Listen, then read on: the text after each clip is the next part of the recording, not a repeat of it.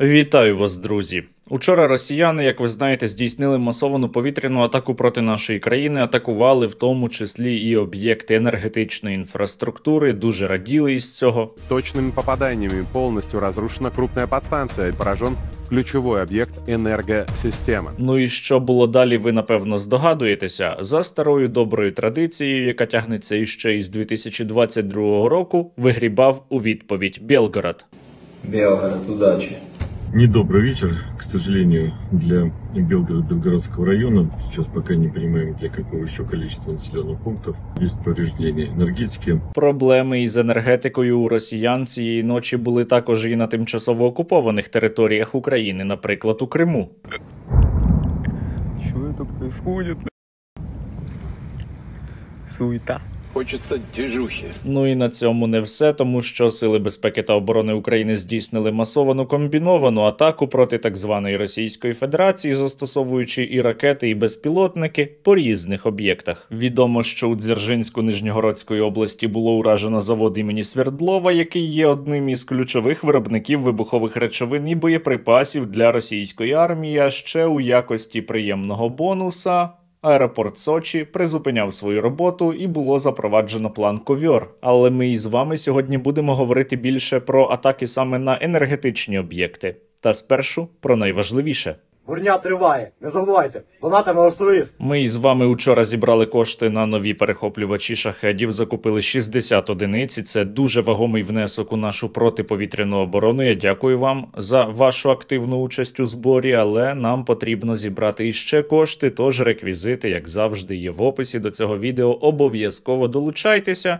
Ну і, звісно, на мій канал підпишіться, якщо досі не підписані. Близько тижня тому у відповідь на російські атаки на українську енергетику було завдано ракетних ударів по газотурбінній ТЕЦ «Луч» у місті Белгород. Ви маєте пам'ятати. І це був сигнал. Сигнал до росіян, що, напевно, їм варто припинити атаки на українську енергетику, але вони не зрозуміли і продовжили бити по українській енергосистемі та навіть по АЗС, як, наприклад, у Чернігові. Продолжается отработка Черниговской области. В том числе уничтожаются и заправки. Вот был прилет по заправке этой ночью, по-моему, или утром сегодня. Ну і оскільки росіяни так нічого й не зрозуміли знову, учора ввечері було завдано нових ракетних ударів по газотурбінній ТЕЦ «Луч» у місті Белгород, хоча там є іще деякі об'єкти енергосистеми, по яких варто бити.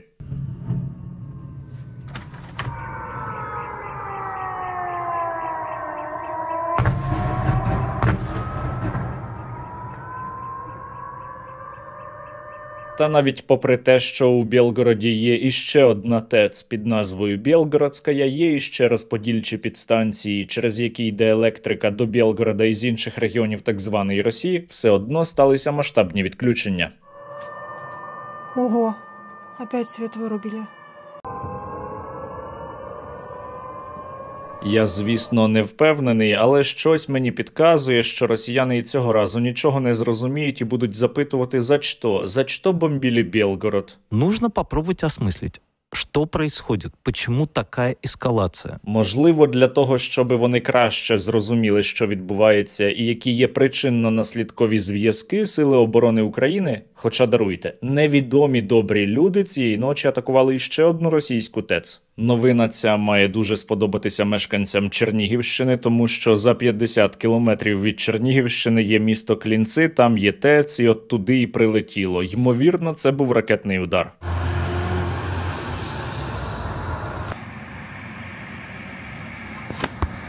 І усі оці атаки, удари по російських ТЕЦ – це приємно, це чудово, це прекрасно, але, як на мене, відбулася іще одна більш важлива подія, і це атака дронів на нафтобазу у тимчасово окупованій Феодосії.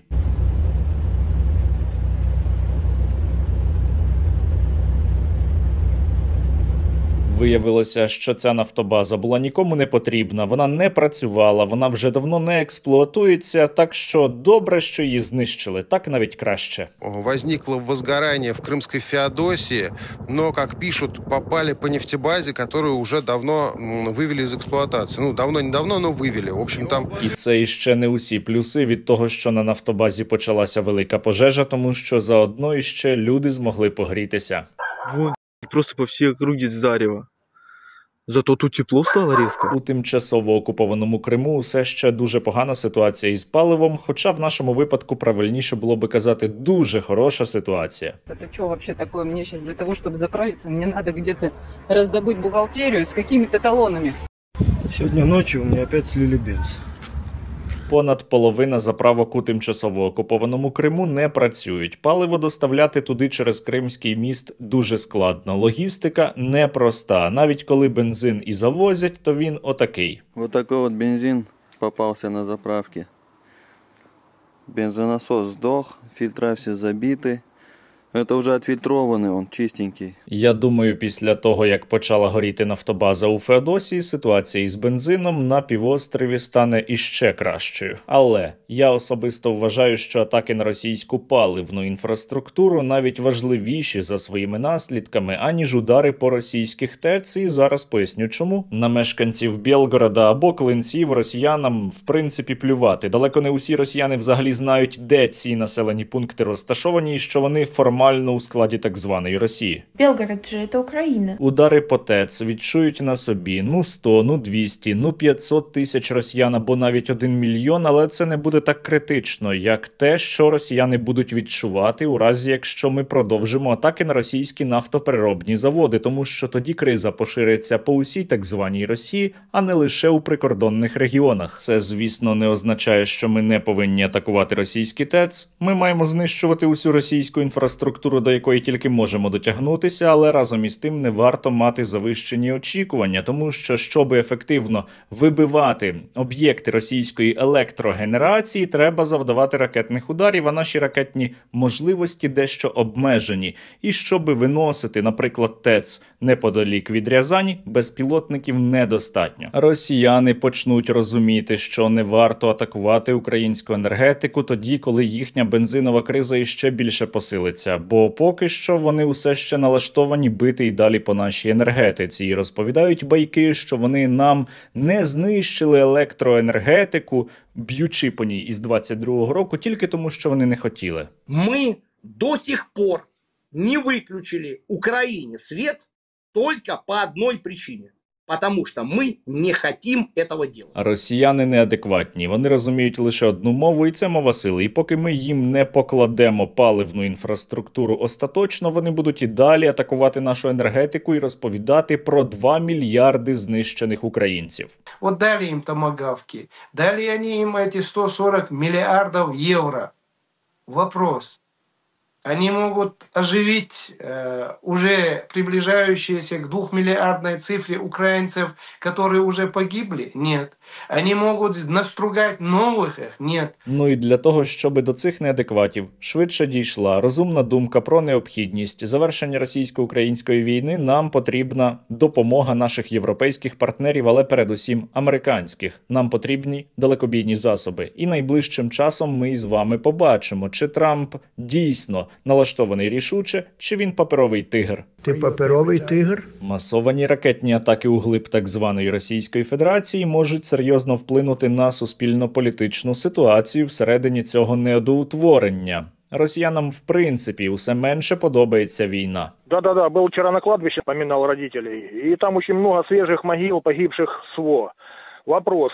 У нас до сих пор, как заявляет царь, все идет строго в соответствии с планом, і потери санітарні, или уже глобальні. І для того, щоб наші люди лишалися живими, щоб захистити наші міста, щоб захистити наше небо, щоб російські окупанти дохли у набагато більших кількостях, наші воїни, завдяки вам, за минулу добу отримали іще 300 нових FPV.